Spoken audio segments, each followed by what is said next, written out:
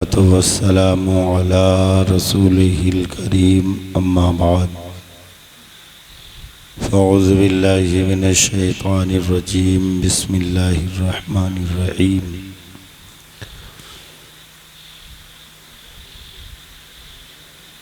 क़ुल ला असअलुकुम अलैहि अजरा इल्लल मवद्दता फ़िल क़ुरबा। सदक़ल्लाहुल मौलानुल अज़ीम व सदक़ रसूलुहुन नबियुल अमीनुल मतीनुल करीम व नहनु अला ज़ालिका लमिनश शाहिदीन वश्शाकिरीन वल्हम्दुलिल्लाहि रब्बिल आलमीन।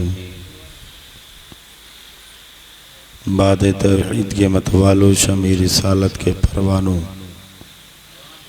गौसे आज़म के दीवानों, औलियाए उम्मत के जानसारों, मुस्तफ़ा जाने रहमत शमे बज़्म हिदायत, दोनों आलम के मालिक व मुख्तार नाइब परवरदिगार जनाब अहमद मुज्तबा मोहम्मद मुस्तफ़ा सल्लल्लाहु अलैहि वसल्लम की बारगाह बेकसफनाह में एक मरतबा बुलंद आवाज़ से दुरूद शरीफ पढ़ लें। अल्लाहुम्मा सल्ली अला सय्यदना मौलाना मुहम्मदिन व बारिक व सल्लिम सल्लु अलैहि सलातो व सलामन अलैका या रसूल अल्लाह, सलातो व सलामन अलैका या हबीब अल्लाह सल्लल्लाहु अलैहि वसल्लम। हज़रात मोहतरम, बाद नमाज इशा से लेकर इस वक्त शायद 12 बजने वाले हैं।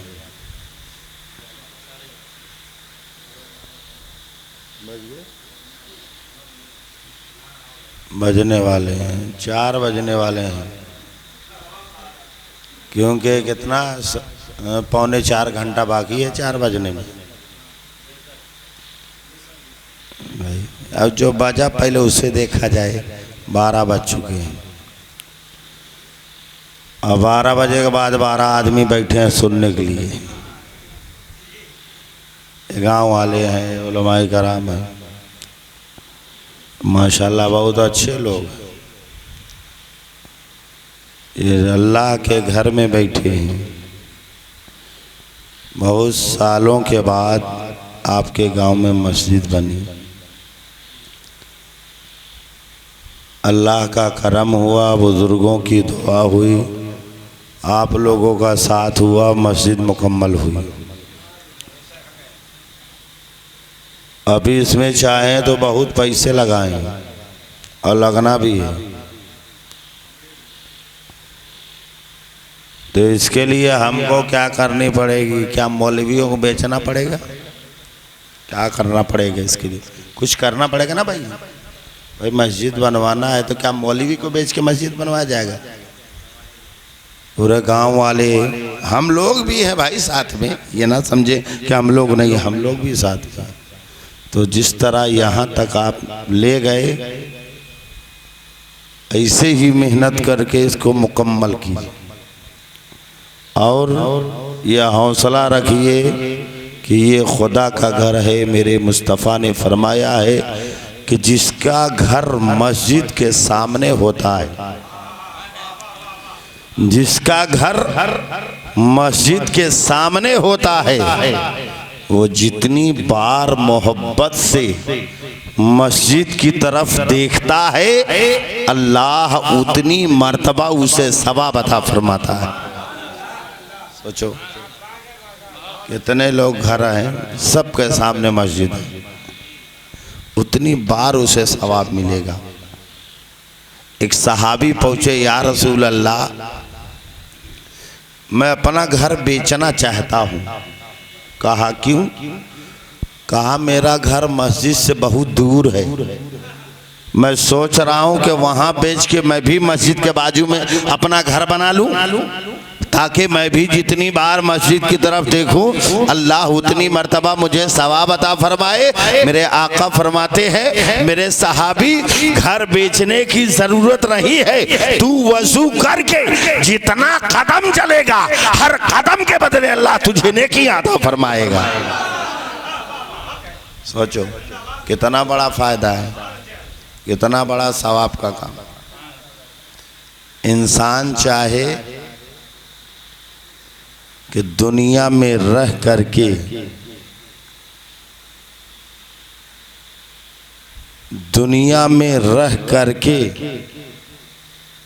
वो अपना ठिकाना देख सकता है। वो कैसे देखेगा? मेरे आका फरमाते हैं, जो रोजाना 24 घंटे में 1000 मर्तबा दरूद शरीफ पढ़ता है, अल्लाह उस इंसान की उस वक्त तक मौत नहीं देता जब तक कि वो अपना ठिकाना जन्नत में देख नहीं लेता है।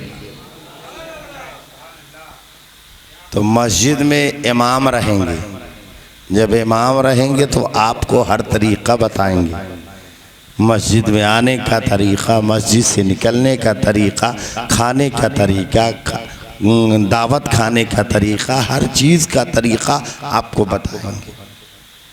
जब आपको बताएंगे तब आप जब उस पर अमल करेंगे तब सच्चे हुसैनी बनेंगे। भाई, इमाम हुसैन ने करबला में किस चीज़ को बचाया है? आप कहोगे कुरान को बचाया है, आज़ान को बचाया है, शरीयत मुस्तफ़ा को बचाया है, मजहब इस्लाम को बचाया है, और बचा करके कहा है, ए मेरे नाना का कलमा पढ़ने वालों, इस्लाम को बचाना मेरा काम था, अब इस्लाम की हिफाजत करना तुम्हारा काम है। तो जब इल्म होगा तब तो हिफाजत कर पाएंगे, जब इल्म नहीं होगा तो हिफाजत कैसे करेंगे?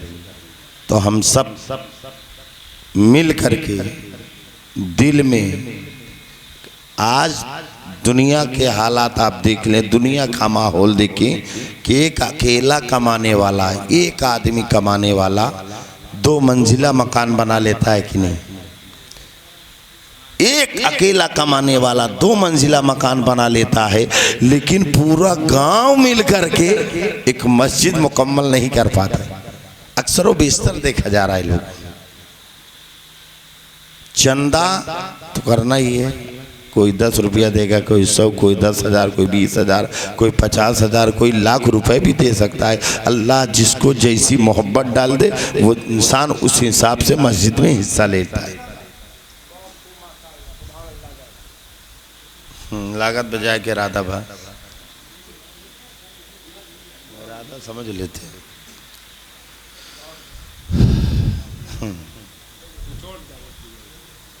चला हम आओ जा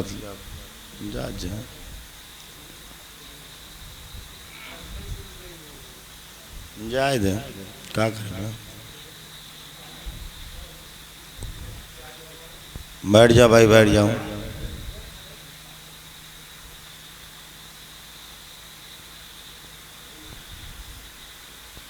पिला दो सबको चाय भाई।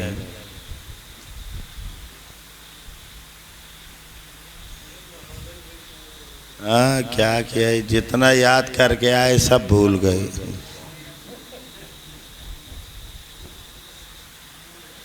कि चलूँगा तो अच्छे से सुनाऊँगा।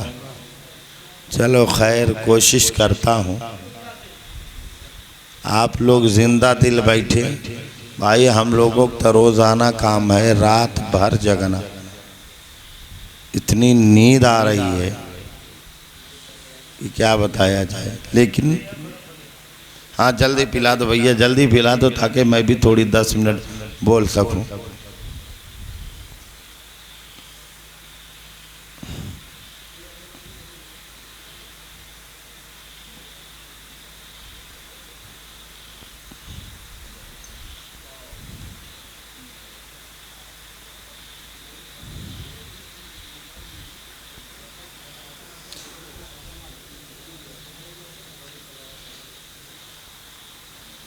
ना हमको रहने दो, पिला दो सब, हमको आखिर में पिला दो।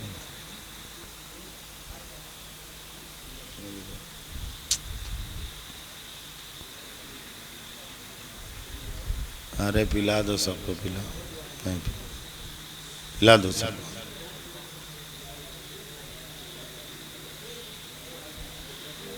ऐलान कर दूं क्या कि चाय पिलाया जा रहा है, जिसको आना हो आके चाय पी ले।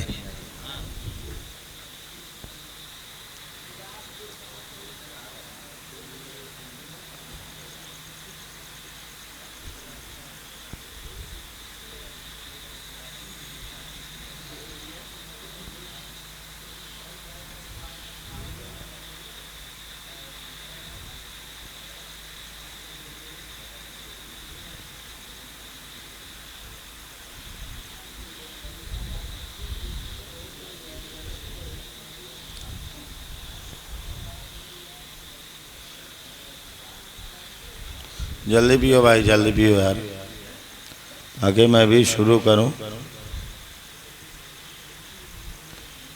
हाँ इधर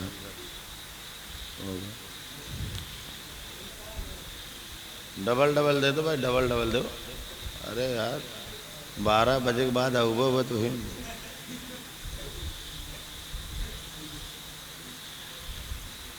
दुरूद शरीफ पढ़े। अल्लाहुम्मा सल्ली अला सय्यिदिना मौलाना मोहम्मद बारिक वसल्लिम सल्लु अलैहि सलातो व सलाम अलैका या रसूल अल्लाह सलातो व सलाम अलैका या हबीब अल्लाह सल्लल्लाहु तआला अलैहि वसल्लम।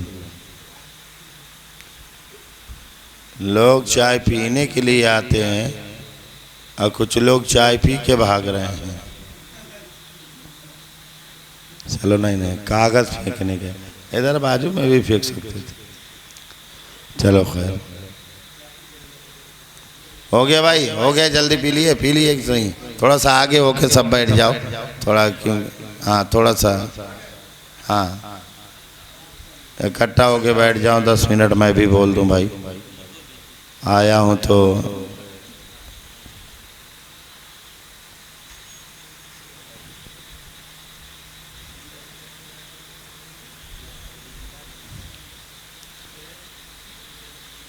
एक मरतबा और दुरूद शरीफ पढ़ें। अल्लाहुम्मा सल्ली अला सय्यिदिना मौलाना मोहम्मद बारिक वसल्लिम सल्लु अलैहि सलातो व सलाम अलैका या रसूल अल्लाह सलातो व सलाम अलैका या हबीब अल्लाह सल्लल्लाहु। ये हमारे हाफिज़ अज़हरुद्दीन साहब क़िबला माशाअल्लाह बहुत अच्छे हैं भाई। ये शाम से लेकर अब तक बैठे ही रहे, उलमा से मोहब्बत करते हैं, उसी का नतीजा तो है। देख रहे हैं कैसे बैठे, सब में अलग दिख रहे हैं। अल्लाह इनको और कामयाबी अता फरमाए। हाँ तो सुने,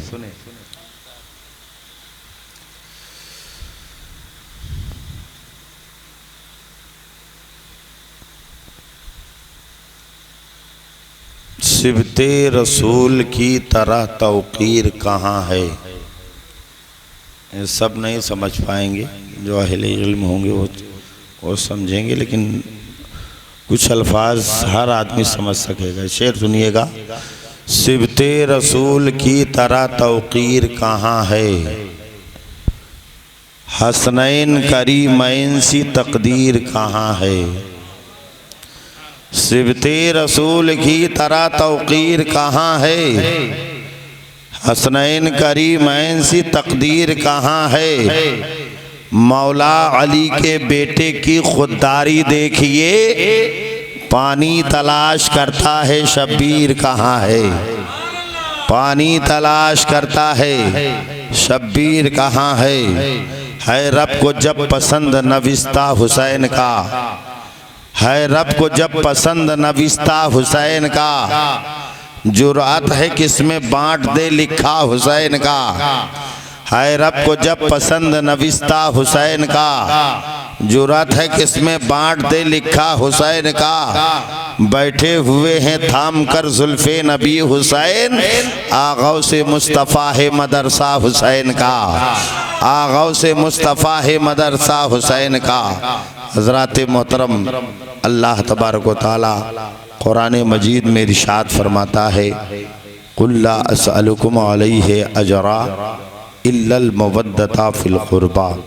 अल्लाह फरमाता है महबूब आप फरमा दें अपनी उम्मतियों से कि मैं तुमसे कुछ उजरत तलब नहीं करता, इल्लल मवद्दता फिल क़ुरबा, मेरी क़ुराबत से मोहब्बत करो, अहले बैत से आले रसूल से मोहब्बत करने का हुक्म कुरान ने फरमाया। अब कुरान ने ये नहीं कहा कि अहले बैत से सिर्फ 10 दिन मोहब्बत करना, यह कुरान ने नहीं कहा। कुरान एक होता है मोहब्बत, एक होता है मुअद्दत। मोहब्बत और मुअद्दत में फर्क है। मोहब्बत बाप बेटे में है, लेकिन एक दूसरे के बगैर आदमी रह लेगा। मोहब्बत भाई भाई में है, लेकिन एक दूसरे के बगैर रह लेगा। मोहब्बत मियाँ बीवी में है, लेकिन एक दूसरे के बगैर रह लेगा। महीना, 2 महीना, 4 महीना, 6 महीना एक दूसरे के बगैर आदमी रह लेता है। लेकिन मुअद्दत जिसे होती है वो नहीं रह पाता है। जैसे मछली को पानी से मुअद्दत है, मछली पानी के बगैर नहीं रह पाती।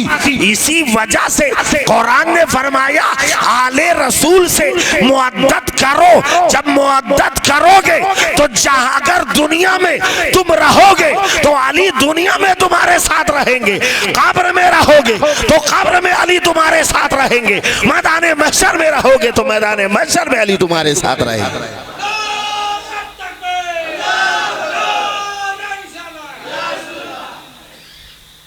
मोहब्बत और मुअद्दत में यही फ़र्क है। मोहब्बत में एक दूसरे के बगैर रहा जा सकता है, लेकिन मुअद्दत में एक दूसरे के बगैर नहीं रहा जा सकता। तो इस वजह से आले रसूल से मुअद्दत करो, हमेशा हर पल जहां रहो उनकी याद को अपने दिलो दिमाग में बसा करके रखो। तो हजरात मोहतरम, अहले बैत ये सब जानते हैं कि नबी के घर वालों को अहले बैत कहा जाता है। अली को, फातिमा को, हसनैन करीमैन को आप 12 तकरीरों में सुनते आए हैं कि नबी ने अपने नवासों के बारे में कहा है कि मेरे हसनैन करीमैन जन्नती जवानों के सरदार हैं। और हजरत अली के बारे में मुस्तफ़ा ने कहा है कि जन्नत का टिकट हजरत अली बांटेंगे। तो अली से मोहब्बत होनी चाहिए कि नहीं? हर इंसान को अहले बैत से मोहब्बत होनी चाहिए। हजरत अली, आपसे पूछूं कि अली की पैदाइश से पहले अली कितने भाई हैं? अबू तालिब के कितने बेटे? बहुत सालों से मुहर्रम मना रहे, बताओ। कोई तुमसे पूछ ले कि अबू तालिब के बेटे कितने हैं, तो आप क्या जवाब देंगे? अबू तालिब के 3 बेटे। कितने बेटे? 3 बेटे। पहले बेटे का नाम तालिब, दूसरे बेटे का नाम अकील, तीसरे बेटे का नाम हजरत अली। ये 3 बेटे अली अबू तालिब के हैं। अब जब नबी ने ऐलाने नबूवत से पहले, आपको मालूम होगा कि नबी की परवरिश अबू तालिब ने की, लेकिन ज़ाहिरी में नबी की परवरिश कौन करेगा यार? नबी तो खुद दुनिया की परवरिश करने के लिए आए थे, उनकी परवरिश कौन करेगा? आपको मालूम होगा कि जब नबी अबू तालिब के घर आए तो अबू तालिब की बीवी फातिमा बिनते असद ने देखा कि जौ की थोड़ी सी रोटी है। सोच रही है कि अगर हम खाते हैं तो मोहम्मद सल्लल्लाहु अलैहि वसल्लम भूखे हैं, अगर उनको खिलाती हूँ तो हम घर वाले सब भूखे हैं। जब फातिमा बिनते असद ने कहा कि आज मोहम्मद सल्लल्लाहु अलैहि वसल्लम का पहला दिन है, आज इन्हें पहले खाना खिलाया जाए, दस्तरखान लगा दिया, जौ की रोटी रखी, मेरे मुस्तफ़ा बैठ गए। मेरे आका फरमाते चचा जान आपके बच्चे कहाँ हैं? अबू तालिब ने बच्चों को पीछे छुपा लिया, कहा नहीं बेटे मोहम्मद तुम खाओ, कहा नहीं चाचा जान आप भी आओ, चची फातिमा बिनते असद आप भी आओ, बच्चे भी आए, सब आके बैठ गए। जब बैठे तो मुस्तफ़ा ने बिस्मिल्लाह पढ़ करके जौ की रोटी तोड़ी, कहा चाचा जान खाना शुरू करो। अबू तालिब खा रहे हैं, फातिमा बिनते असद खा रही है, बच्चे खा रहे हैं। अबू तालिब खाते जा रहे हैं, सोचते जा रहे हैं कहीं रोटी खत्म ना हो जाए। फातिमा बिनते असद खाती जा रही है, सोचती जा रही है कहीं रोटी खत्म ना हो जाए। बच्चे खाते जा रहे हैं, सोचते जा रहे हैं कहीं रोटी खत्म ना हो जाए। मुस्तफ़ा खा रहे हैं, अबू तालिब खा रहे हैं, फातिमा बिनते असद खा रही है और बच्चे खा रहे हैं। इतने में मेरे आका ने का पेट भर गया, मेरे आका उठ गए, अबू तालिब का भी पेट भर गया, फातिमा बिनते असद का भी पेट भर गया, बच्चों का भी पेट भर गया। जब मेरे मुस्तफ़ा खाना खा के उठे तब हजरत फातिमा बिनते असद ने सोचा कि देखूं रोटी बची कितनी है। जब रोटी को खोलती है तो क्या देख रही है कि जितनी रोटी खाने के पहले थी उतनी रोटी खाने के बाद भी मौजूद है। मुस्तफ़ा की परवरिश कौन करेगा? मुस्तफ़ा तो खुद दुनिया की परवरिश करने के लिए आए, उनकी परवरिश कौन करेगा? वो अली मौलाए कायनात अभी ने नबी ने ऐलान नबूवत नहीं किया है। जब नबी की उम्र 29 साल की हुई है और 29 साल की हुई है तब हजरत फातिमा बिनते असद के शिकम में मौलाए कायनात अली के मुर्तज़ा जलवागर होते हैं। मेरे आका अपनी चची फातिमा बिनते असद के दरवाजे पर पहुँचते थे तो हजरत फातिमा जब अली फातिमा बिनते असद के शिकम में आए हैं, हजरत अली माँ के पेट में आए हैं, मेरे आका अपनी चची हजरत फातिमा बिनते असद के दरवाजे पर पहुंचती थी तो मेरे आका पहुंचते थे तो हजरत फातिमा बिनते असद खड़ी हो जाती थी। मेरे आका फरमाया करते थे ए चची जान आपके पेट में बच्चा है, आपको उठने बैठने में तकलीफ होती होगी, ए चची जान आप मेरे आने पर खड़ी मत होया करो, ए चची जान आप मेरे आने पर खड़ी मत होया करो, बैठी रहा करो। तो हजरत फातिमा बिनते असद फरमाती है ए बेटे मोहम्मद मैं तो चाहती हूँ कि बैठी रहूं, लेकिन मेरे पेट में जो बच्चा है वो मुझे आवाज दे करके कहता है ए अम्मी जान उठ करके खड़ी हो जाओ, नबियों का इमाम तशरीफ ला रहा है। अभी नबी ने ऐलान नबूवत नहीं किया है, अभी नबी की उम्र 29 साल की है, नबी ने ऐलान नबूवत 40 साल के बाद किया है।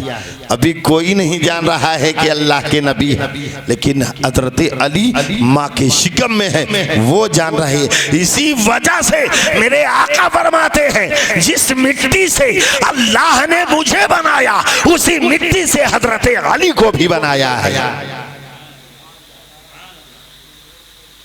सिर्फ अली का नाम लेते ना, अली का मकाम समझे। हजरत अली के कितने बेटे थे? टेक लगाया है ना तो भाई नहीं जल्दी आए, इतनी देर हम हैरत रहे टेक पाऊ बैठे है तू सुबह काज निकास पाई गए, इधर आइए बैठे भाई। टेक लगाने से नींद बहुत जल्दी आती है, वैसे यहाँ तो बहुत अच्छी नींद आएगी भी, क्योंकि जलसा हो, मस्जिद हो, मिलाद हो, ये सब फूलों का बिस्तर है।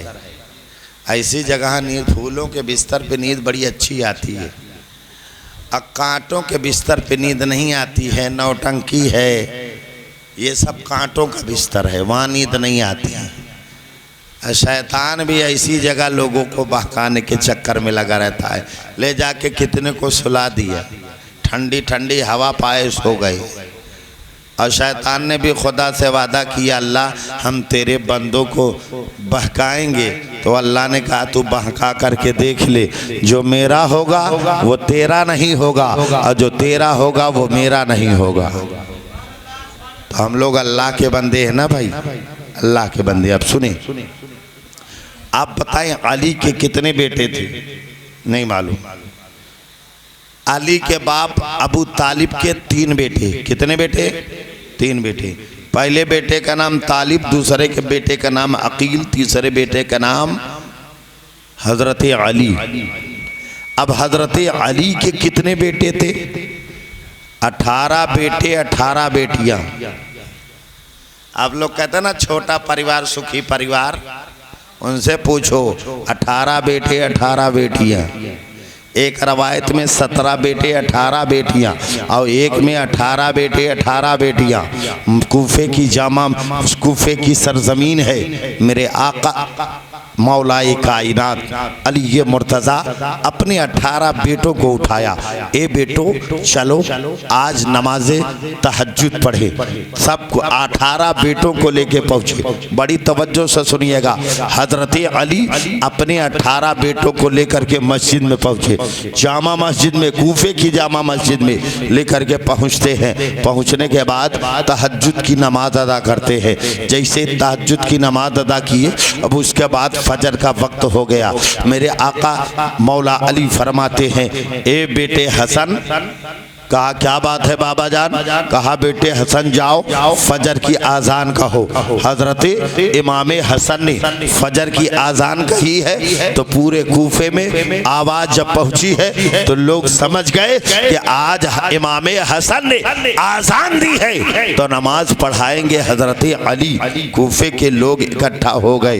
उसमें एक दुश्मन भी आया था जो अली का कातिल था, अली को कत्ल करने की नीयत से आया था। अब अली मुसल्ले पर बैठे हैं। तकबीर आज़ान किसने पढ़ी? आज़ान किसने पढ़ी? अली के बेटे, बड़े बेटे हजरत इमाम हसन ने। यहाँ इमाम हसन बड़े बेटे हैं अली के, और करबला में हुसैन के बड़े बेटे हैं अली अकबर। यहाँ अली फरमाते हैं, ए मेरे बेटे हसन जाओ फजर की आज़ान दो, करबला में हुसैन कह रहे हैं। ए बेटे अली अकबर जाओ करबला में आज़ान दो। यहाँ भी बड़े बेटे को हुक्म हो रहा है, वहाँ भी बड़े बेटे को।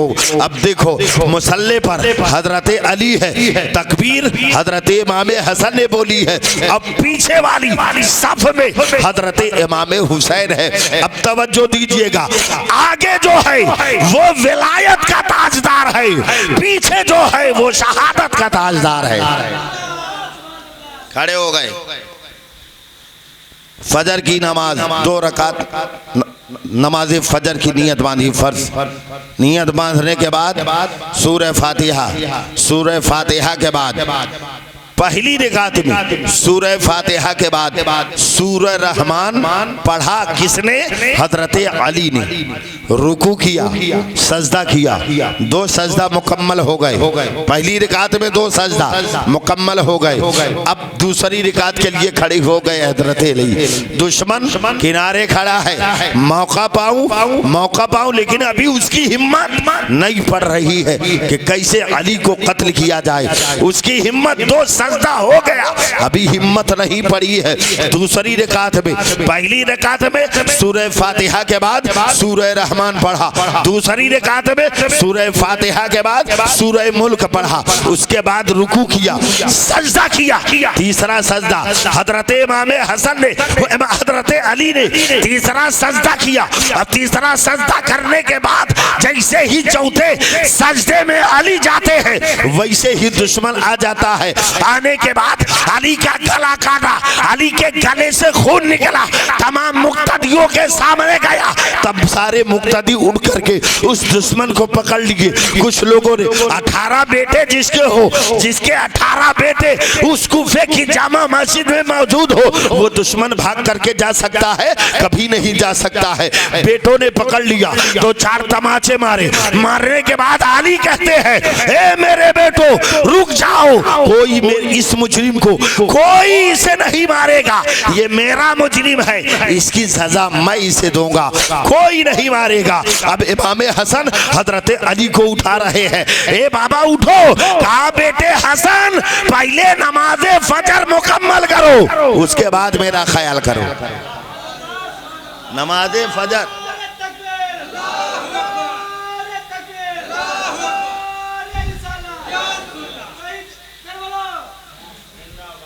सोचो क्या कहा, पहले नमाज फजर मुकम्मल करो, उसके बाद मुझे लेके चलो। फजर नमाज फजर मुकम्मल की गई। अब हजरत अली को साथ में लेकर के 19 रमजानुल मुबारक को दुश्मन ने गला काटा। 3 दिन तक बाहयात रहे, गला कटने के बाद भी 3 दिन जिंदा रहे। 3 दिन गुजरा, हजरत अली ने फरमाया ए गाजी अब्बास इधर आओ। हजरत अब्बास तशरीफ लाते, बाबा जान बात क्या है? कहा मेरी बेटी ज़ैनब को बोलो कि शरबत बना के दे। क्या बना के दे? शरबत। कहा बाबा शरबत क्या होगा? कहा जो मुझे कत्ल करने आया था उसी को पिलाना है। खानदान कैसा है? खानदान कैसा है? जो दुश्मन है उसे भी खिलाया जा रहा है। तो हजरत ज़ैनब ने शरबत बना के दी। वो ज़ैनब जिसकी तहज्जुद की नमाज नहीं छूटती,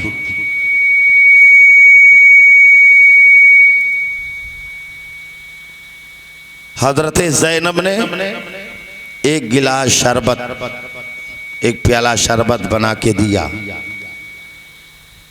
अली ने हजरत अब्बास को बुलाया, ए गाजी अब्बास इधर आओ। हजरत अब्बास आ गए। कहा गाजी अब्बास ये शरबत लो, 3 दिन से मेरा कातिल मेरा दुश्मन कुछ खाया पिया नहीं, ले जाकर के उसे शरबत पिला के आओ। लेकिन याद रखना सब्र का दामन ना छूटने पाए, दिलो दिमाग कंट्रोल में रखना, आज ही से तुम्हारा इम्तिहान शुरू है। कहा ठीक है। हजरत गाजी अब्बास लिए शरबत का प्याला लिए लेकर के पहुंचे, दरवाजा खोला, दुश्मन अंदर बैठा है। कहा लो शरबत पी लो। कहा किसने भेजा? कहा मेरे बाबा अली ने भेजा है। कहा तुम बाप बेटे मिल करके इसमें जहर मिला के लाए हो। इतना सुनना था, हजरत अब्बास का चेहरा सुर्ख हो गया।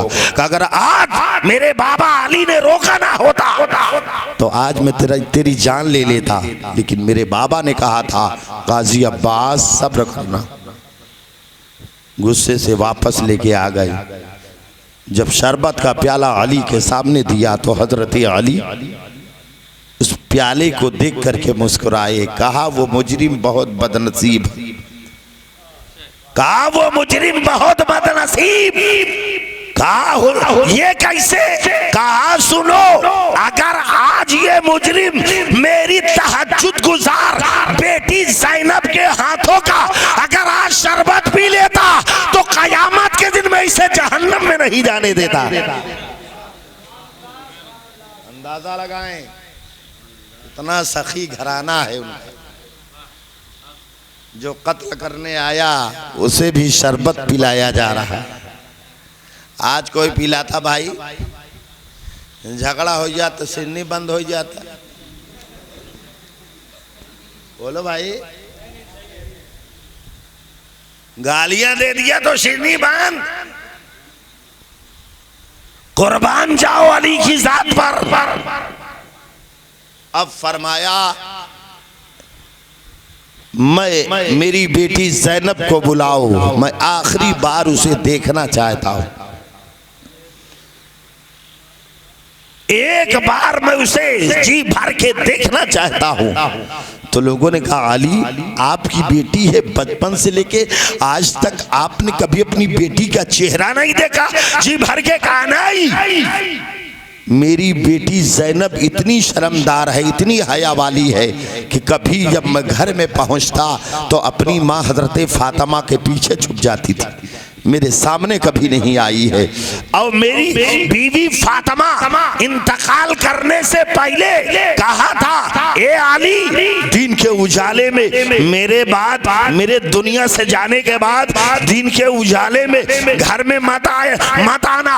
अली ने कहा क्यों ना आऊं? कहा सुनो, आज जब तो आप आते हैं तो मेरी बेटी ज़ैनब शर्म के मारे मेरे पीछे छुप जाती है, लेकिन मेरे जाने के बाद वो किसके सामने छुपेगी?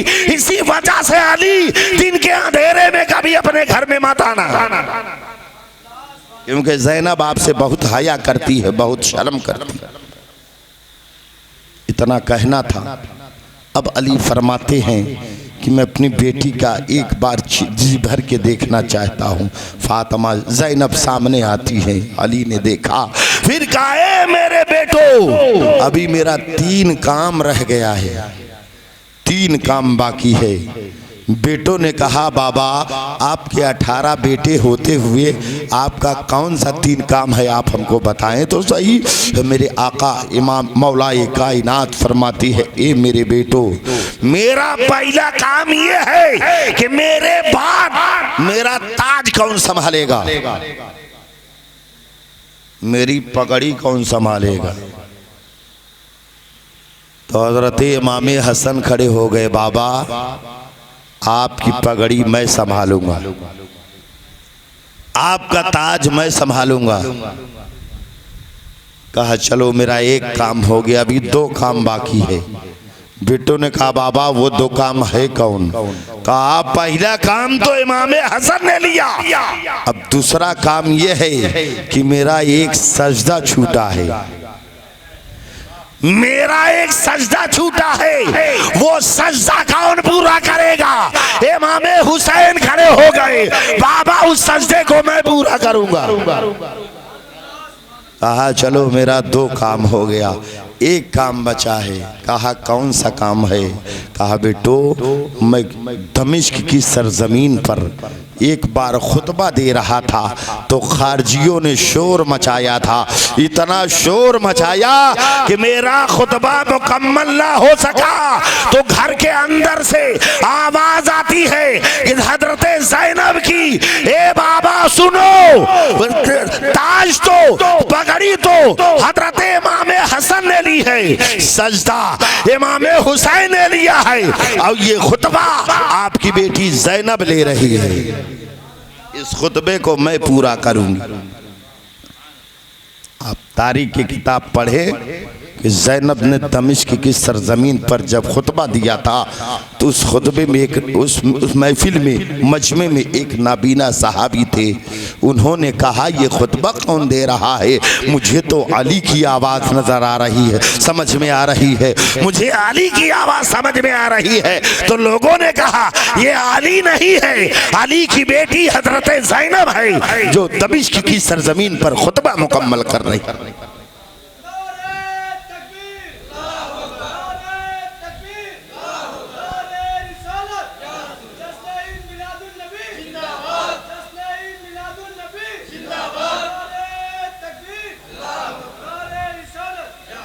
अब अली की शहादत के बाद 21वीं रमजानुल मुबारक को अली शहीद हो। अब उसके बाद तख्त पर कौन बैठा? इमाम हसन। 6 महीने तक इमाम हसन रहे। मेरे आका ने क्या फरमाया था कि मेरा ये बेटा नवासा हसन तो मुसलमान गिरोह में सुलह कराएगा। दोनों को नबी ने मुसलमान कहा था, सुलह कराएगा। तो इमाम हसन ने इस बात पर सुलह कराई थी अमीर माविया से कि अमीर माविया तुम्हारे बाद ये खिलाफत फिर मेरे ख़ानदान में होगी, इसी बात पर सुलह हुई थी। अब इमाम हसन को भी जहर दिया किसने? इमाम हसन को 6 बार जहर दिया गया। एक रवायत में 3 बार, एक रवायत में 6 बार जहर दिया गया।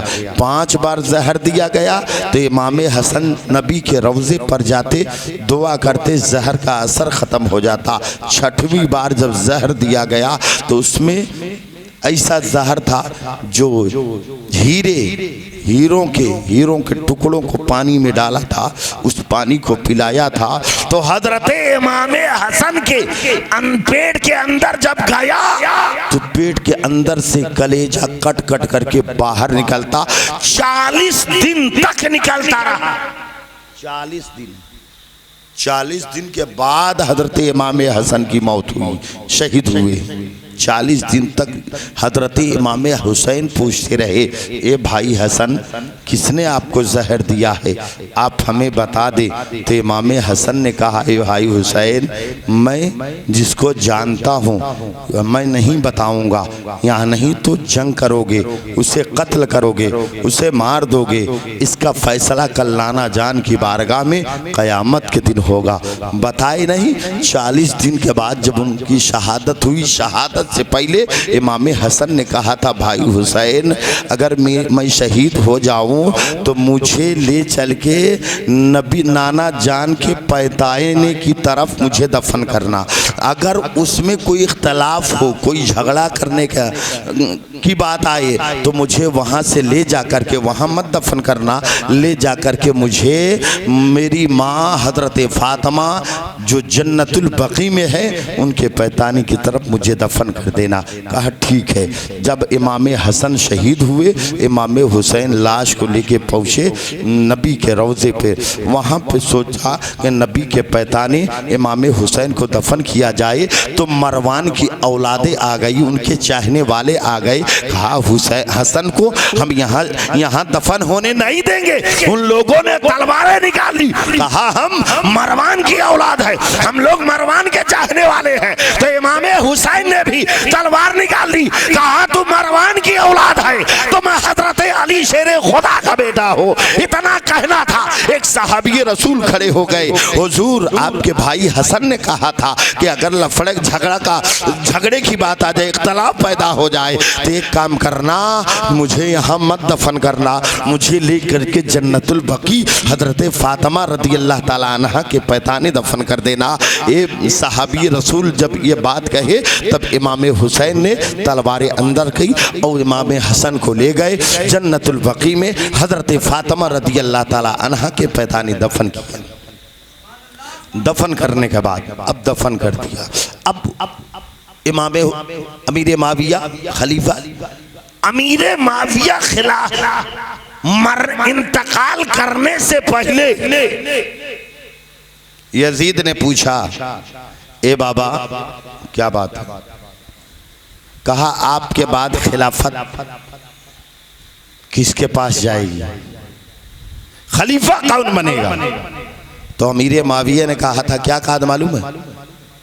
बेटा खलीफा तुम बनोगे, लेकिन बात एक ये है कि बगैर हुसैन की मर्जी के कोई काम मत करना।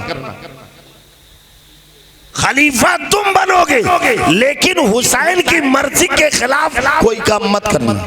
हुसैन जो कहे, जो करें, जो कहे उस पर अमल करना, चाहे तुम्हारे समझ में आए या ना समझ में आए, फिर भी हुसैन की बातों पर अमल करना। लेकिन वो तख्त पर बैठते ही हुक्मनामा जारी कर दिया। अच्छा एक बात बताओ, अगर बाप ने कह दिया कि बेटा ये काम मत करना मेरे मरने के बाद, अगर बाप का इंतकाल हो जाए, बेटा वो काम करना शुरू कर दिया, तो उसमें बाप की गलती है कि बेटे की? बेटे की नहीं, बाप की तो नहीं। आज बहुत से लोग अमीर माविया को गाली देते हैं। माज़अल्लाह, ऐसा नहीं बोलना चाहिए। अमीर माविया सहाबी रसूल, तो हम सबको चाहिए कि अहले बैत से मोहब्बत करें, अहले बैत से प्यार करें, अहले बैत से इश्क रखें और उनकी मोहब्बत में हम जिए और उनकी मोहब्बत में मरें। यही ईमान वालों की अलामत है। यही ईमान वालों की पहचान है। अल्लाह कुरान में फरमाता है कुल ला असअलुकुम अलैहि अजरा इल्लल मवद्दता फिल कुर्बा। अल्लाह फरमाता है महबूब आप फरमा दें अपनी उम्मतियों से कि मैं तुमसे कुछ उजरत तलब नहीं करता, इल्लल मवद्दता फिल कुर्बा, मेरी कुराबत से मोहब्बत करो। अल्लाह ताला तमाम मुसलमानों को सिरात मुस्तकीम पर चलने की तौफीक अता फरमाए। बोलने